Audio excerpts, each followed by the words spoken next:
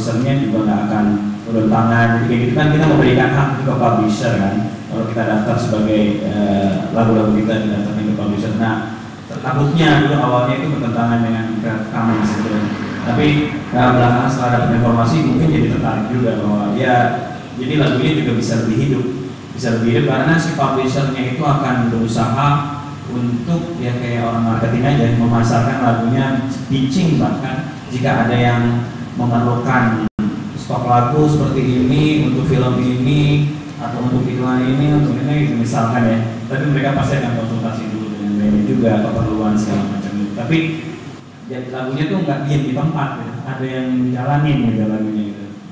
Ini juga mengingatkan saya pada satu kasus. Jadi sekitar akhir tahun lalu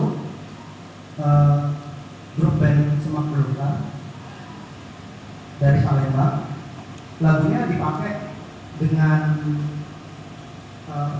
oleh sebuah film dokumenter produksi Niaminata. Jadi Semak Belukar baru tahu itu setelah filmnya diproduksi. Lagunya itu saya lupa judulnya, tapi lagunya ada di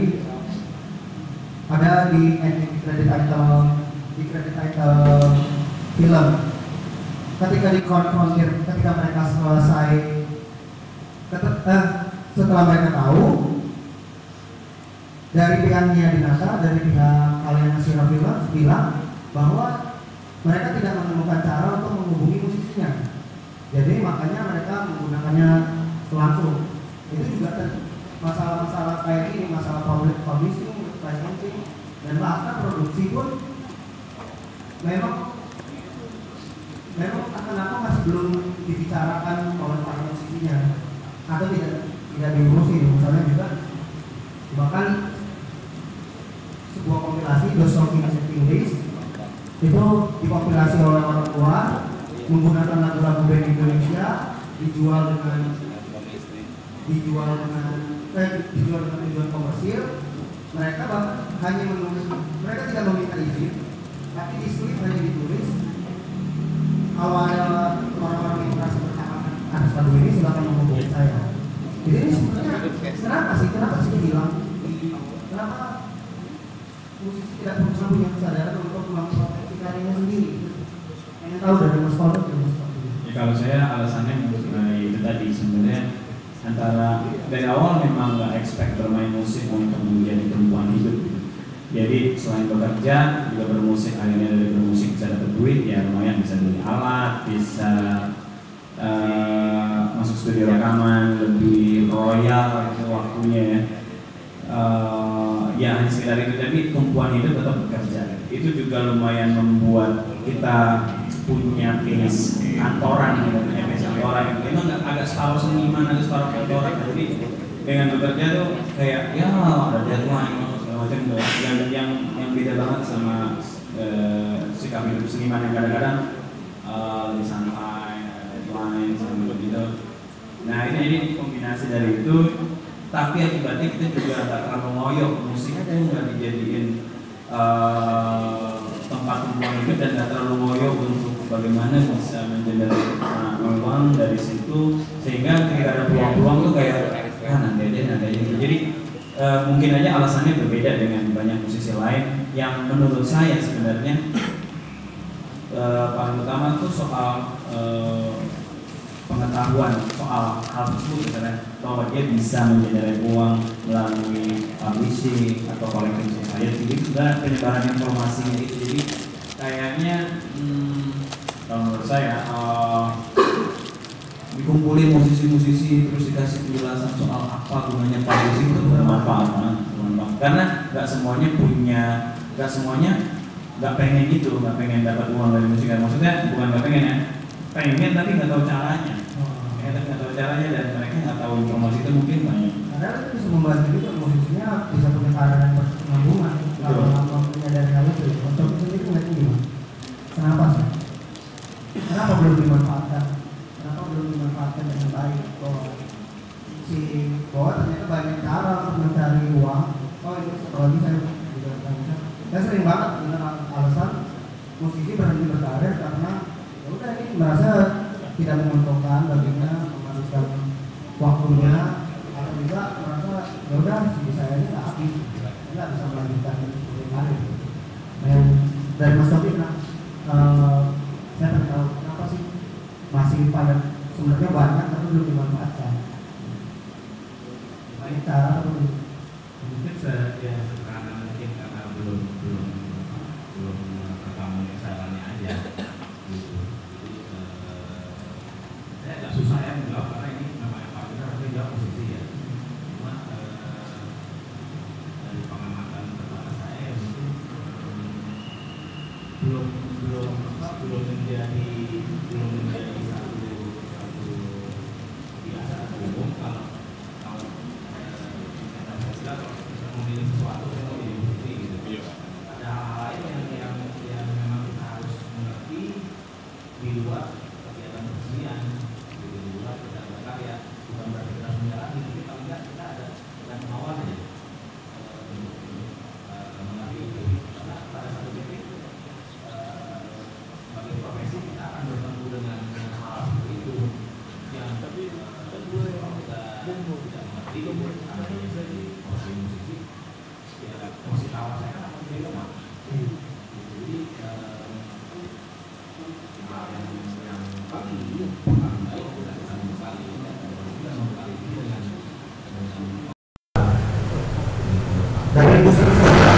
dari industri sendiri sebenarnya udah terjadi benar nggak? Apakah ekosistemnya memang memungkinkan buat si musisi itu mendapatkan revenue stream yang tadi 45 yang udah 42 sampai 45 sebenarnya udah membuat musisi nyaman. Ya, balik lagi ya kalau kita mau membuat diri kita saya nggak bilang nyaman, tapi kalau kita mau membuat diri kita punya posisi tawar-penawar yang kuat, modal awal kita mesti pengetahuan harus gitu. Kita disodori kontrak, kita nggak ngerti poin kontraknya, kita mau nego bagaimana, kita mau argue bagaimana, kita nggak ngerti poin-poin kontraknya. Saya ingat dulu waktu Wendy ngobrol sama saya akses mau masuk dari label, itu salah satu yang saya bilang dan ini pasti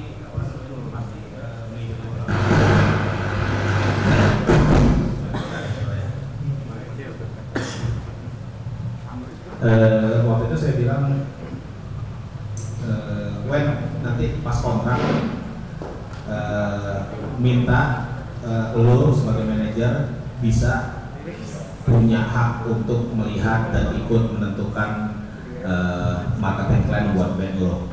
Itu penting karena habis lo berkarya, karya lo akan dipasarkan dan dipromosikan sama major label dengan plan-plan yang mereka bikin. Bagaimana caranya bikin supaya band atau perwakilan dari band punya hak untuk terlibat di proses itu, karena itu biasanya proses yang sangat eksklusif di label. Terus saya bilang itu ya terobosan aja, saya karena oh bagus nih ada band kayak Upstairs yang materinya bagus, manajernya juga model kayak Wendy waktu itu yang pengen maju, harus belajar gitu. Saya bilang itu aja dulu karena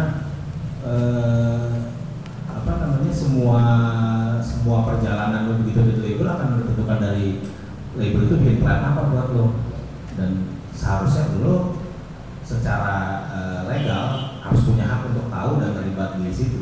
Itu aja waktu itu yang lo kasih pesan. Jadi poinnya sama aja bahwa band atau pihak yang mewakili band atau musisi harus ada yang mengerti hal-hal di luar hal-hal yang sudah tradisional seperti berkarya, manggung dan sebagainya. Dan gue pikir udah cukup banyak kok sekarang musisi sini yang cukup ngerti sama hal-hal seperti itu sehingga punya posisi tawar-menawar yang lebih kuat. Kalau untuk hal yang tadi 45 aliran penghasilan itu mungkin kita nggak bisa maksimalkan semuanya, tapi paling nggak kita bisa lihat oh di Indonesia ternyata poin ini yang bisa gue maksimalkan gitu. Contohnya di Inggris ada sebuah studi yang mempelajari pergeseran pola konsumsi musik gitu ya. Kalau orang zaman dulu mungkin ditanya definisi untuk konsumsi musik apa? Oh, gue beli CD, gue beli kaset, kalau gue kolektor mungkin gue beli vinyl, beli majalah terus. Kalau tanya generasi sekarang gitu, definisi untuk konsumsi musik apa? Kalau di Inggris sana, saya pergi ke festival nonton musik. Itu definisi mereka tentang music consumption. Jadi sudah beda sekali gitu kan. Bayangkan kalau dengan pengetahuan seperti itu, kita bisa memfokuskan aliran penghasilan sebuah musisi dengan membuat festival yang memberikan pengalaman musikal dan visual yang luar biasa. Kenapa? Karena penggemar Anda, fans Anda, konsumsi Anda itu bersedia spending di situ. Gitu. Itu yang mereka bersedia bayarkan sekarang. Dan kabar baiknya adalah jumlah yang di spend oleh music fans sekarang itu bisa di atas 5 kali lipat dari music fans generasi sebelumnya. Jadi kalau dibilang orang sekarang nggak mau beli nggak mau spend uang di musik, mungkin karena definisinya terlalu terbatas. Oh, spend musiknya maksudnya beli CD, maksudnya beli fisik. Sementara kalau kita lihat hal-hal seperti itu cuma 4/45 dari seluruh aliran penghasilan.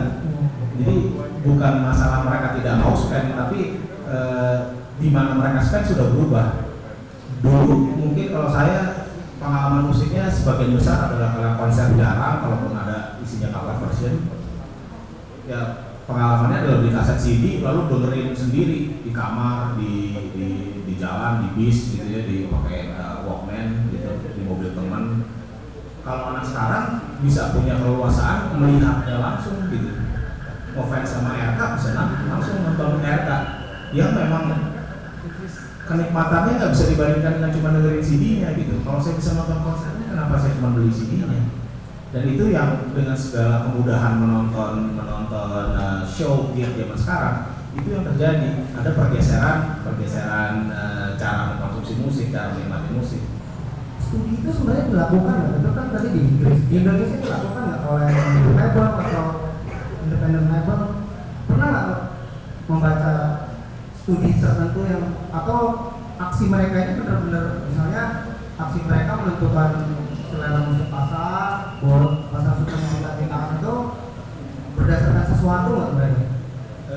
Di sini sih belum ya.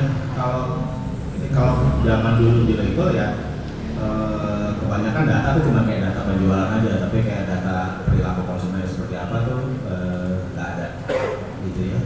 Kenapa? Nggak tahu ya, itu mungkin dari pengalaman terbatas saya, masalah memang kulturnya seperti itu aja, terbiasa mengambil keputusan dengan insting, dengan feeling pribadi gitu. Karena seperti kita tahu record label itu besar memang dengan orang-orang yang punya insting luar biasa. Tidak beda umpamanya cara mereka mengambil keputusan, bisnis prosesnya mereka beda dengan industri lain. Jadi ketika udah sampai titik di mana mereka harus benar-benar mengerti targetnya mereka juga tidak segitu mudahnya gitu ya. Kalau kita bayangkan sebuah industri yang sudah berjalan setengah abad berdasarkan keputusan pribadi, tiba-tiba sekarang harus berdasarkan temuan riset, itu kan tidak semudah itu gitu. Belief itu sudah jadi gitu, setengah abad itu mereka tidak melakukan riset. Beda umpamanya Unilever mau launching paper, dia akan riset besar-besaran cari tahu. Ketika sebuah perusahaan rekaman akan launching sebuah album, dia tidak melakukan itu, satu karena kultur, dan kedua simply tidak pernah ada presidennya seperti itu. Walaupun itu nantinya berguna riset itu buat mereka sendiri. Berguna kalau mereka bisa pakai datanya sih.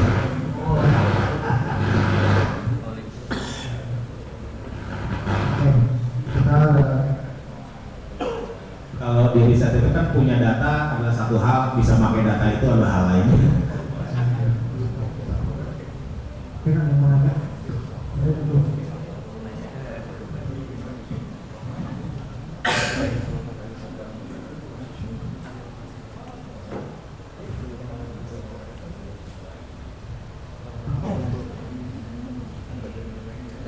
Tes.